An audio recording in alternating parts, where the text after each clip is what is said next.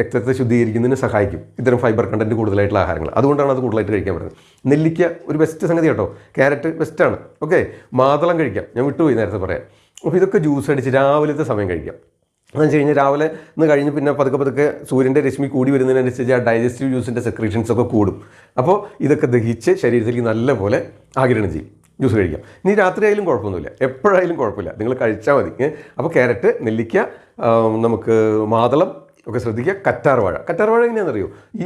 ഇതൊന്നും ഞാൻ ഈ പറയുന്ന സംഗതികളൊന്നും സാധിക്കില്ല, ഭയങ്കര മടിയാണ്. ഉറക്കവും ഭക്ഷണവും അത് കഴിച്ചത് കളയാനും അല്ലാതെ മറ്റൊന്നിനും നേരം കിട്ടാത്ത വളരെ തിരക്ക് പിടിച്ചവരുണ്ട് നിങ്ങൾ ചിലർ, അല്ലേ? അപ്പോൾ അത്തരക്കാർക്ക് ചെയ്യാവുന്ന അതും പൊടിക്കയുടെ അവസാനം പറയാം. അതിനുള്ള സംഗതിയാണ് കറ്റാർവാഴ. ഈ കറ്റാർവാഴ വീട്ടിൽ വെച്ച് പിടിപ്പിക്കുക. എന്നിട്ട് അത് ഒരു ഇത്ര നീളത്തിലുള്ള ഒരു കഷ്ണം, ഒരു 4-5 5 കഷ്ണം രാവിലെ ഡെയിലി ചെത്തിയെടുക്കുക. എന്നിട്ട് അത് നടുവങ്ങ് പൊളിച്ചിട്ട് ഒരു വലിയ ടീസ്പൂൺ ഉപയോഗിച്ച് അതിങ്ങനെ സ്ക്രൈപ്പ് ചെയ്തെടുക്കുക. അത് രാവിലെ വെറും വയറ്റിൽ ഒരു 10-15